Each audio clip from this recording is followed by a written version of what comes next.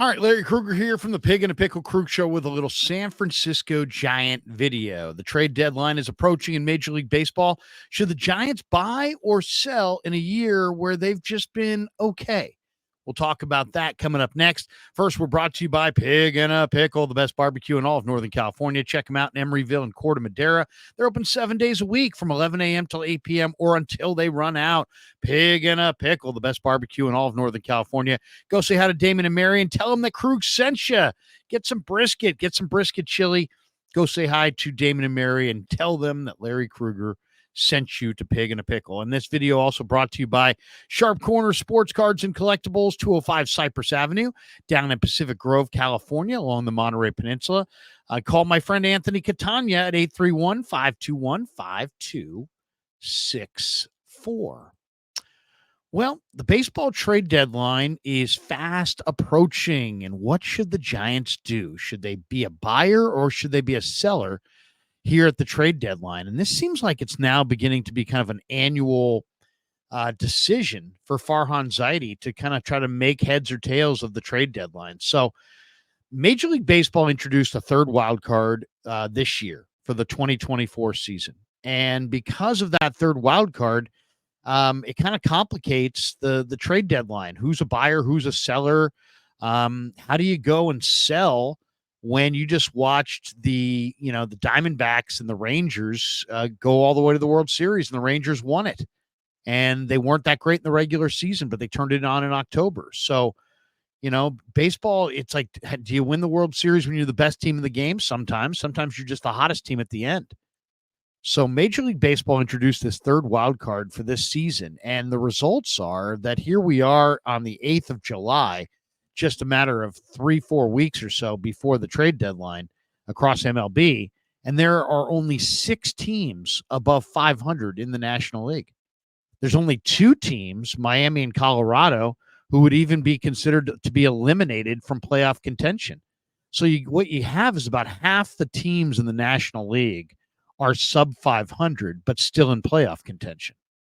So that is kind of a weird situation, and the Giants are right in the middle of the weirdness. They just went 3-3 on a road trip to Atlanta and Cleveland, which is really good. To go 3-3 against those two clubs, the Giants are 44-47, so they're 3 games under 500. They're minus 27 run differential. They've been outscored by 27 runs on the year. They're in 4th place in the National League West, and yet if you wanted to be, hey, man, they need to sell, well, they're only 3.5 games out of the 3rd National League wildcard spot. So, they're between now and the July 30th MLB trade deadline. The Giants have 11 games.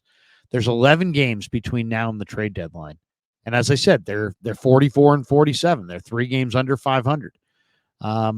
Those 11 games, in a lot of ways, may define what they're going to do at the trade deadline. They've already become active. They traded their longest tenured player, Austin Slater, last night to the Reds for a left-handed reliever and Alex Young. And I think more than anything, that's just to kind of open up some roster spots if they are going to go with younger players in the second half of the year. You already have Elliot Ramos, who's an all-star. He's got to play every day. You got Luis Matos up now. If Matos is up, he's got to play every day. You got Hunter Bishop, who potentially could be called up later this summer. If he is, he'll be expected to play every day in the Giants outfield. There's Grant McCray, who's been promoted to AAA, who's got a lot of speed and a lot of athleticism. If he gets promoted, he'll be expected to play every single day. So you look at the Giants right now and you're like, okay, I understand why they traded Slater. They traded Slater because he's just clogging things up in the outfield. He's a decent veteran player. He's not bad. He's not good. He's not bad. He's just kind of in between. But you got younger bats like Ramos and Matos that need to be playing, and you've got more younger bats coming behind them, and you have a Giant team that may even try to acquire a bat that may wind up playing the outfield, which would only, Slater's position there would only further clog things up. So the Giants are in a unique situation. They are sub 500. They just played 2 of the better teams in baseball straight up, but they're been outscored by 27 runs on the year. They're 4th place in the division, but they're within an arm's distance of that third wild card spot. And if they can just get in, who knows? Anything can happen. Then you look at what's going on the field right now. The Giants have between Matt Chapman, Lamont Wade Jr., Jorge Soler, Elliot Ramos, they've got 4 or 5 bats there that are starting to really heat up. Mix in Matos, who's been decent since coming out of the minor leagues. You got some bats who are swinging it well. You got Blake Snell returning on Tuesday. He's a notorious second-half pitcher. Robbie Ray and Alex Cobb are throwing well in rehab assignments and figure to enter the rotation at some point between now and about a month from now. The Giants bullpen has been badly overworked, and yet they've got some guys down there who are really doing the job. Ryan Walker is awesome, man. He's got a 1.91 ERA. Taylor Rogers has got a 1.98 ERA. Even Tyler Rogers, who at times is just maddening to watch because it seems like in the late innings, he's a guy that you don't want out there in the extras because he's too easy for opposing, for hitters to take it the opposite way, and you can wait all day on him. But even Tyler Rogers has pitched really well. He's got a 2.76 ERA. They've gotten a little bit of a shot in the arm with some of these young guys in the rotation. Harrison's looked good. Birdsong's looked really good as of late. Jordan Hicks has been a solid reliever for the Giants, or solid starter for the Giants after having a career as a reliever. So, and then you look, what would the Giants, in an ideal world, they're not selling, right? In an ideal world, they're competing and they're buying and they're staying in the race. Okay, so what would they buy? What would you want them to buy to stay in the race? I mean, there's no question the bullpen's been used heavily, so a fresh bullpen arm or two could definitely be in order. But if you call Robbie Ray and Alex Cobb off the disabled list and Snell gets into your rotation, you might be able to take Keaton Wynn and Jordan Hicks and put them in the bullpen. And then suddenly you don't need a fresh bullpen arm or two. You can handle that from within. The outfield has struggled, but you want to give ABs to Matos and Ramos. So there's limits to, how many outfield spots you have. Shortstop has been pretty much a glaring hole. Nick Ahmed has got a 581 OPS. He's never been able to hit, but Brett Wisely has looked good. He's looked really good. And who knows, Marco Luciano defensively struggled, but then he's got the bat cooking at AAA. Maybe he gets it going. And maybe he can play a little shortstop later in the year. Bo Bichette is available in trade, and he is, he's a fantastic offensive shortstop. And there may be some impact bats out there. Vlad Guerrero Jr., Pete Alonso, Andrew Vaughn, Luis Robert. You look at some of the guys that are out there. The Giants are connected to a number of different players, from Bo Bichette to Vlad Guerrero to Nathan Eovaldi, to Jazz Chisholm, Tyler Anderson, the former Giant, Pete Alonso, Chris Bassett, Andrew Vaughn, Pete Alonso, Luis Robert, Randy Arozarena. I mean, there's a bunch of names out there that could be very interesting to the Giants. And then you could easily look at this thing and say, come on, let's get real. The Giants need to sell. They haven't been above 500 since May the 29th. They've never been more than 2 games over 500 all season. If you look at Fangraphs only gives them a 23% chance of making the playoffs right now after their pretty good recent late run. So it's not like Fangraphs says they're automatically going to the playoffs. And then you look at that, what do you have to buy? What do you have to trade if you want to buy somebody, as opposed to what do you have to sell if you want to sell somebody? And that's where you'll get the Giants and you say, well, wait a second. If Snell comes back, he's a defending National League Cy Young Award winner, and he's always good in the second half. He might be highly coveted at the deadline. Robbie Ray, Alex Cobb, these guys could be among the most coveted starting pitchers available in the marketplace this summer. Taylor Rogers is a veteran lefty who's got a year left on his deal. That means he's always got value. Tyler Rogers also has 1 year left on his deal. He's pitching well. He could be of value to somebody. Michael Conforto's a free agent to be. He's starting to really get it going offensively like he did in April. Conforto could be an attractive piece. Wilmer Flores could be an attractive piece as a bench bat. Mike Yastrzemski in a certain spot could be attractive to a veteran team. And then the big question is Camilo Doval. He would probably be among the best relief pitchers and best closers on the market. Do you take, if you're going to sell, you might want to consider selling Camilo Doval, just from the standpoint of he would bring in an awful lot in return. So, and then you got to ask yourself, what are the Giants likely to do? I mean, Farhan just got a contract extension to align himself and his contract with Bob Melvin's, but there's a lot of people around the club that still feel that Farhan could easily be fired at the end of the year if the Giants miss the playoffs and they wind up with, one playoff appearance and Farhan 7 seasons at the helm. I mean, despite the fact that they had that monster year in 2021, he won the Executive of the Year. They haven't gone to the playoffs in any of the other 6 seasons if they'd missed this year. So, Farhan, I'm sure, would love to do a little bit of both, where he sold and for some prospects for tomorrow, but maybe bought for a chance to, contend today. The Giants could trade a starting pitcher and go young in the rotation in the second half.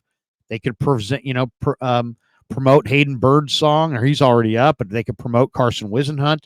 Those 2 guys could be major stalwarts and mainstays in their rotation in the second half, and they could trade Cobb or Snell or Ray.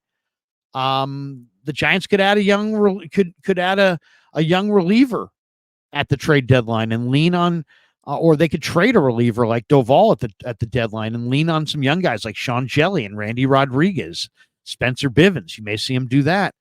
The Giants have 3 veteran bats in Flores, Wade, and Yaz that might have some interest to veteran teams. They could trade a veteran bat and go with some younger players. We're already hearing that the Dodgers are connected to everybody. LA's looking for pitching, right? They want Garrett Crochet from the White Sox, Tariq Skubal from Detroit, Mason Miller, the A's closer. They're connected to Paul DeJong with Mookie Betts out. Luis Robert, Zach Eflin, Nathan Eovaldi, Ryan McMahon, Brendan Rodgers from Colorado. The Padres are also listed as a contender for Garrett Crochet, Jack Flaherty, Chris Bassett, Trevor Richards. They're looking for pitching and maybe even a catcher. Elias Diaz could wind up in San Diego. So, all right. So back to the question at hand. What do the Giants do? The deadline's coming up. They're not that far away from a playoff spot, but they're further away from missing the playoffs than they are from making the playoffs. What do? You got options out there where you could buy and potentially contend. You got options out there where you could potentially sell and build up for 2025. What do you do? What do you do if you're the Giants? I would say I would be looking to buy only players that have control beyond 2024. So who is that? Bo Bichette, the shortstop for Toronto. He's got, the rest of this year and then one more season of club control.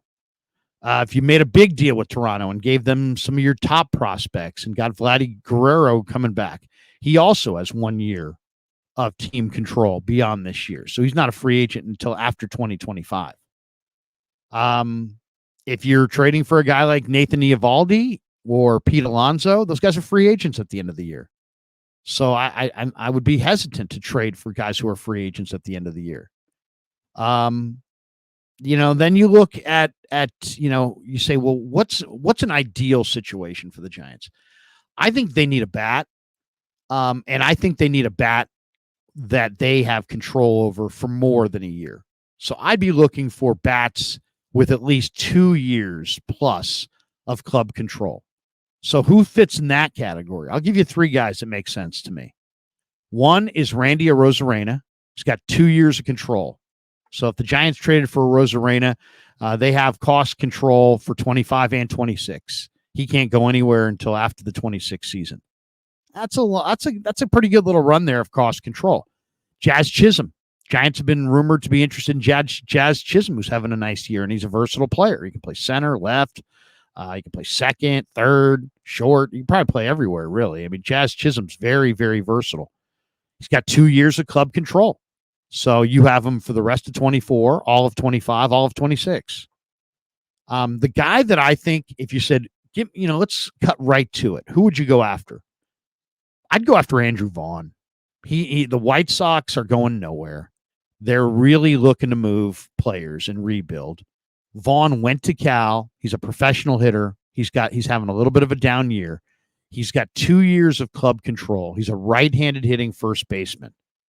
I think you put him at first base and let him hit third in your lineup for the next couple of years and don't think twice about it.